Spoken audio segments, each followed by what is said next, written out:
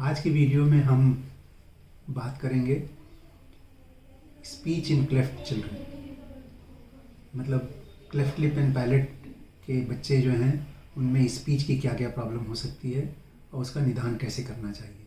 क्योंकि मैंने देखा कि पिछले वीडियोस जब लोगों ने कमेंट किए तो majority of the viewers are asking about speech, कि उनका बच्चा बोलता नहीं है या उनके बच्चे में बोलने में कुछ खराबी है या समझ में नहीं आ रहा है। तो मैं इसके बारे में थोड़ी सी जानकारी देना चाहूँगा और आगे और वीडियो बनाएंगे जिसमें स्पीच थेरेपिस्ट अपना स्पेशलिस्ट अप्रोच बताएंगे। एक्चुअली देखा जाए तो क्लेफ्ट लिप एंड पैलेट के दो पार्ट्स हैं, क्लेफ्ट लिप और क्लेफ्ट पैलेट। यदि किसी बच्चे को केवल क्लेफ्ट लिप है तो उसमें ऑपरेशन के बाद सब कुछ ठीक हो सकता है और स्पीच की कोई प्रॉब्लम नहीं होती है। जिन बच्चों में क्लेफ्ट पैलेट होता है, क्लेफ्ट लिप के साथ हो या आइसोलेटेड क्लेफ्ट पैलेट हो, उनमें स्पीच का एक कंसर्न होता है। हम हमेशा कहते हैं कि क्लेफ्ट लिप पैलेट के बच्चे जो हैं नॉर्मल हैं और आगे उनकी ज़िंदगी नॉर्मल हो सकती है यदि ऑपरेशन ठीक से किया जाए तो जैसे मैंने पहले भी बताया, क्लेफ्ट पैलेट का ऑपरेशन जो है सही समय में होना चाहिए, सही तरीके से होना चाहिए और सही सेंटर में होना चाहिए, तो इसका रिज़ल्ट बहुत अच्छा आता है।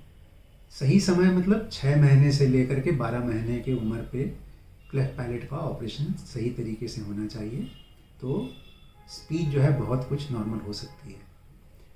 सही समय पे ऑपरेशन नहीं हो तो बच्चा गलत तरीके से बोलना सीखता है और ये जो है लॉन्ग टर्म में आगे जा कर के वो एबनॉर्मल स्पीच के रूप में प्रेजेंट करता है। इसीलिए मैं बार बार इंसिस्ट कर रहा हूँ कि सही समय सही तरीके से बिना कॉम्प्लिकेशन के, बिना पैलेट फिस्टुला के ऑपरेशन होना चाहिए।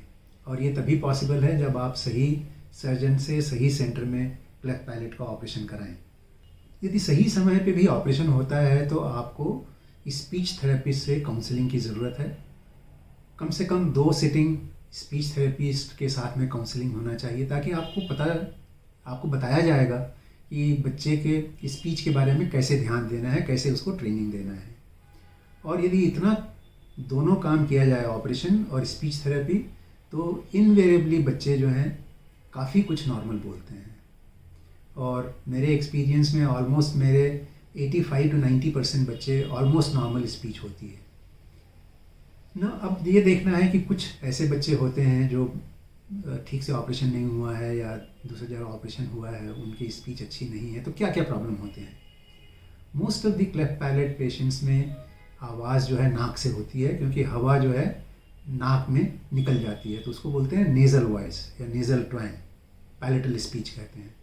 और साथ में जब बच्चे की आवाज़ निकलती है और ठीक से नहीं बोल पाते हैं तो उसको एबनॉर्मल तरीके से वो बोलते हैं, उसको सब्स्टिट्यूशन और ओमिशन स्पीच की कहते हैं। तो इस तरीके से बहुत सारे एबनॉर्मलिटी डेवलप हो जाती है नो। जब ऐसे एबनॉर्मलिटी होती है तो कब और कैसे उसका इलाज करना चाहिए।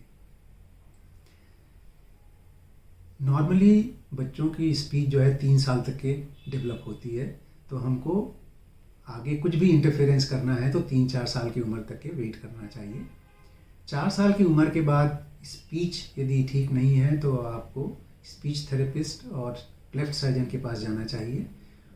क्लेफ्ट सर्जन और स्पीच थेरेपिस्ट दोनों मिला करके उसको असेस करेंगे और इसको स्पीच थेरेपी देंगे, और आप देखेंगे कि स्पीच थेरेपी देने से आवाज़ जो है साफ़ हो जाती है।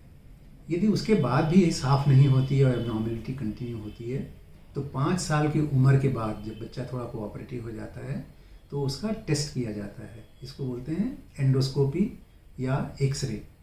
ये सब करने के बाद हमको पता चलता है कि इसको ऑपरेशन की ज़रूरत है कि नहीं है।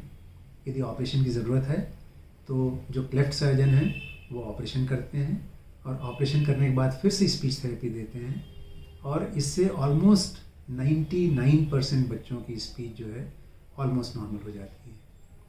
मैं केवल टेक्निकली आपको यही बता सकता हूँ कि आपको क्लेफ्ट पैलेट बच्चों के साथ में थोड़ा सा धीरज रखने की ज़रूरत है।